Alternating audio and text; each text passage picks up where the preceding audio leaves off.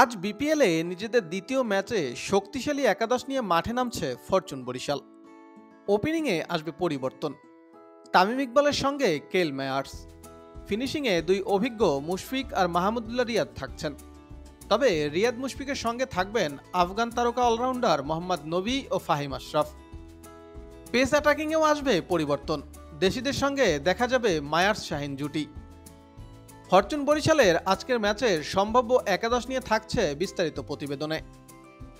এবারের বিপিএলে সবচেয়ে শক্তিশালী দুই দল ফরচুন বরিশাল ও রংপুর রাইডার্স। 12 বছরের রিপ্লেসমেন্ট গ্যারান্টি নিয়ে তানভীর মেটালি প্রথম বাংলাদেশে। বিপিএলে বরিশাল এমন এক দল যে চ্যাম্পিয়ন না হওয়াটাই যেন অঘটন। বিপিএলের সবচেয়ে শক্তিশালী দলও বরিশাল। তারা অনেকটা আইপিএল মানের দল গঠন করেছে। এই দলটি আইপিএলের যে কোনো দলের সাথেই টেক্কা দেওয়ার সক্ষমতা রাখে। বরিশাল দলের অবস্থা এতটাই শক্তিশালী যে বাংলাদেশ জাতীয় দলের টি-20 অধিনায়ক নাজমুল শান্ত নিজের দলে একাদশে সুযোগ পাবেন কিনা সেটিই বলা কঠিন। বরিশাল দলের অধিনায়ক তামিম ইকবাল খান, এই বাঁহাতি ব্যাটসম্যান বাংলাদেশের সেরা ব্যাটসম্যান।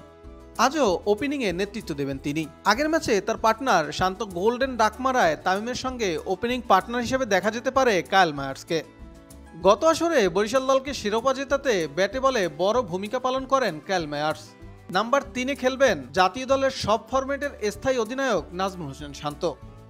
এর পরপরই দেশের টি-20তে ব্যাটসম্যানদের মধ্যে বর্তমানে সবচেয়ে বড় নাম তৌহিদ হৃদয় খেলবেন নাম্বার 4-এ।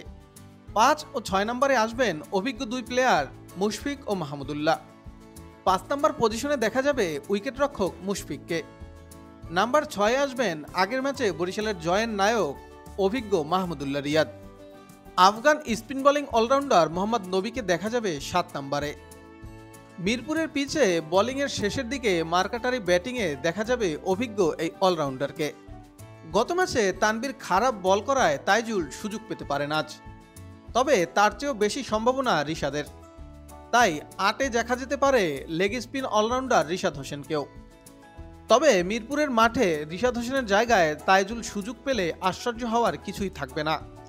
পেস আক্রমণেও বরিশালে থাকছে দেশি ও বিদেশি মিশ্রণ। আজও বরিশালের পেস ইউনিটের নেতৃত্ব দিবে পাকিস্তানি ইগল শাহিন শাহ আফ্রিদি। গত ম্যাচে ব্যাট হাতে দারুণ করেছিলেন তিনি। তার সাথে বরিশালের একাদশে থাকবে দুই বাংলাদেশি পেসার। গত ম্যাচে সবচেয়ে খারাপ বোলিং করেছেন রিপন মণ্ডল। তাই তার জায়গায় এবাদতের সুযোগ পাওয়াটা মোটেই আশ্চর্যকর নয়। তবে যদি এবাদত সুস্থ না থাকেন তাহলে তরুণ পেসার ইকবাল হোসেন ইমনকেও দেখা যেতে পারে বরিশালের একাদশে।